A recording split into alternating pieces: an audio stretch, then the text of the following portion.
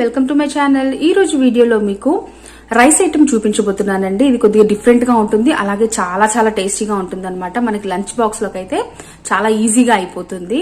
So ఈ recipe మనం చూసే ముందు మీరు ఎవరైనా నా ఛానల్ ఫస్ట్ టైం చూస్తున్నట్టయితే నా ఛానల్ సబ్స్క్రైబ్ చేసుకోండి, అలాగే పక్కనే ఉన్న బెల్ ఐకాన్ ని ప్రెస్ చేయండి. ఇలా చేయడం వల్ల నేను కొత్తగా అప్లోడ్ చేసే ప్రతి ఒక్క వీడియో నోటిఫికేషన్స్ వచ్చేస్తాయి. సో మనం ఈ అన్నం రైస్ ఐటమ్ చూపించే ముందు వాటికి కావాల్సిన పదార్థాలు ఏంటో చూసేద్దాము.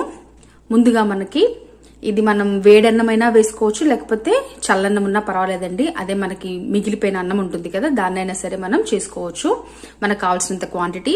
అలాగే దీంట్లోకి ఒక 1/2 టేబుల్ స్పూన్ జీలకర్ర, ఒక 6 నుంచి 7 వెల్లుల్లి రబ్బలు, 4 పచ్చిమిర్చి, 3 టమాటో. చాలా సింపుల్ గా అయిపోతుందండి. దీనికి ఎక్కువ మనకి ఐటమ్స్ అవసరం లేదు. మనకి ఎక్కువ టైం లేనప్పుడు, త్వరగా రైస్ ఐటమ్ అయిపోవాలి లంచ్ బాక్సుల్లో కానీ, లేకపోతే ఏదైనా బయటకు వెళ్ళొచ్చినప్పుడు కర్రీస్ వండుకోలేనప్పుడు, ఆ టైంలో అయితే ఈ రెసిపీ అనేది చాలా చాలా యూస్ఫుల్ గా ఉంటుంది, అలాగే చాలా టేస్టీగా ఉంటుందండి. ఇప్పుడు మనం తయారీ విధానం చూసేద్దాం. సో మనం ఇలాగా ఒకటి వెడల్పాటి గిన్నె పెట్టుకొని స్టవ్ పైన కొద్దిగా ఆయిల్ వేసుకుందామండి.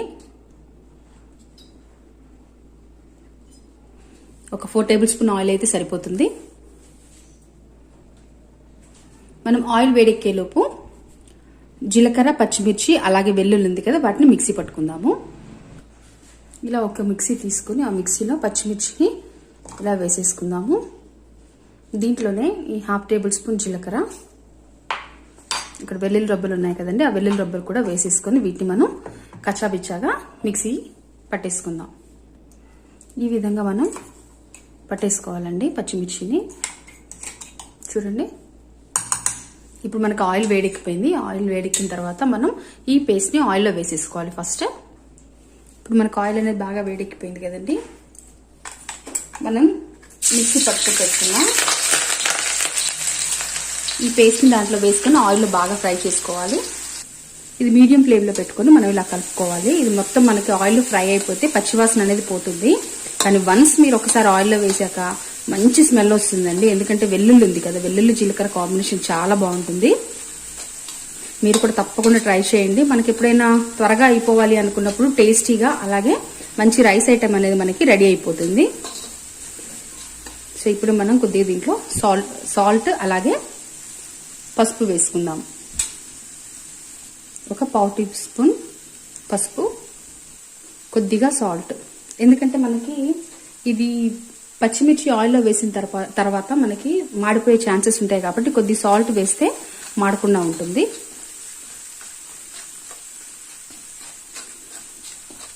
ఇది మనకి ఆయిల్లో మగ్గేలోపు మనం టమాటోస్ని కట్ చేసేసుకుందాము. ఇది మనకి ఇప్పుడు మగ్గిపోయింది. చూసారా, ఇంకాసేపు ఉంచితే మనకి మాడిపోతుంది అనమాట. ఆ పచ్చదనం మొత్తం పోయి గ్రీనిష్ పోయి కొద్ది మనకి గోల్డెన్ కలర్ వస్తుంది. ఇప్పుడు మనం టమాటో వేసేసుకుందాం.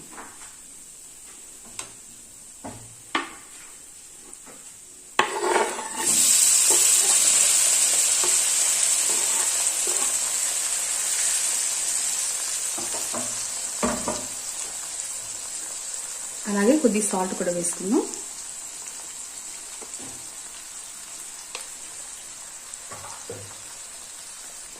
కొద్దిగా కరివేపాకు వేసేసుకొని వీటిని మనం బాగా మిక్స్ చేసుకుందాం. ఇది నిజంగా అండి చాలా బాగుంటుంది, డిఫరెంట్గా ఉంటుంది, కానీ చాలా టేస్టీగా ఉంటుంది. ఒకసారి మీరు తప్పకుండా ట్రై చేసి నా కామెంట్స్లో ఎలా వచ్చింది అనేది, టేస్ట్ ఎలా ఉందనేది తెలియపరచండి. ఇది మీడియం ఫ్లేమ్లో పెట్టుకొని టమాటోస్ని కాసేపు మగ్గనిద్దాం. సో టమాటో ఎంతవరకు మగ్గిందో చూసేద్దామండి. చూడండి, ఇక్కడ మనకి చక్కగా స్మాష్ అయిపోయింది టమాటో అనేది. స్మెల్ మాత్రం సూపర్ ఉందండి, అదిరిపోతుంది. మనకి టమాటో ఎలా ఉడికింది అని తెలుస్తుందండి. ఇక్కడ చూసారా, ఆయిల్ అనేది మొత్తం పైకి తేలింది. ఇలా ఆయిల్ పైకి తేలిన తర్వాత రైస్ అనేది మనం యాడ్ చేసుకోవాలి. ఇప్పుడు మనం రైస్ యాడ్ చేసేసుకుందాం.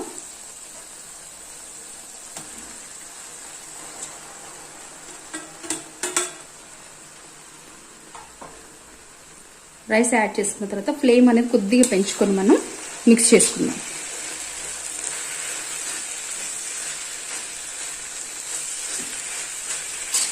చాలా క్విక్ రెసిపీ అండి. మనకి ఎప్పుడైనా లంచ్ బాక్స్లోకి మార్నింగ్ టైంలో ఒకవేళ లేట్ అవుతుంది అనుకుంటే అలాంటి టైంలో మనం ఇలా రైస్ ఐటమ్ అనేది ప్రిపేర్ చేసుకోవచ్చు.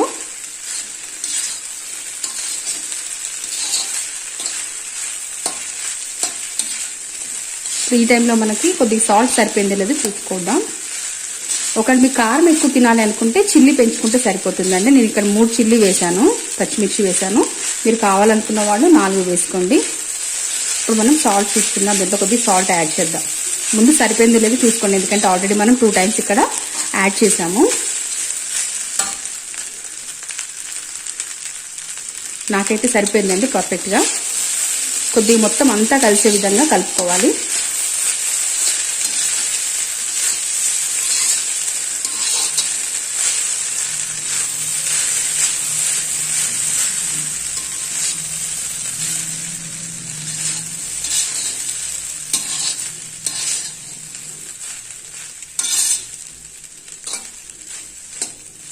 అంతేనండి, ఎంతో సింపుల్గా మనకి మంచి టేస్టీగా ఉండే రైస్ ఐటమ్ రెడీ అయిపోయింది. ఇప్పుడు దీంట్లోనే మనం లాస్ట్లో కొరియాండర్ వేసుకుందాము.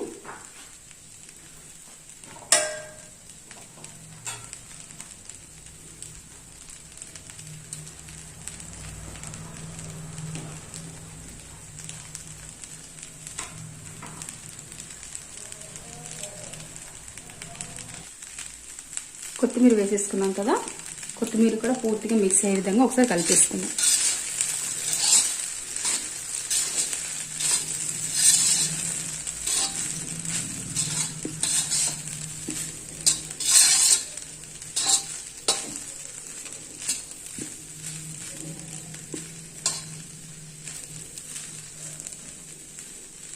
అంతేనండి, ఎంతో టేస్టీగా ఉండే. దీన్ని చిత్రాన్నం అని కూడా అంటారండి. మా అమ్మమ్మ వాళ్ళు చేసి పెట్టేవారు. కొన్ని ప్రాంతాల్లో చిత్రాన్నం అని పిలుస్తారు దీన్ని. చాలా టేస్టీగా ఉంటుంది. మీరు కూడా తప్పకుండా ట్రై చేసి నా కామెంట్స్లో తెలియపరచండి.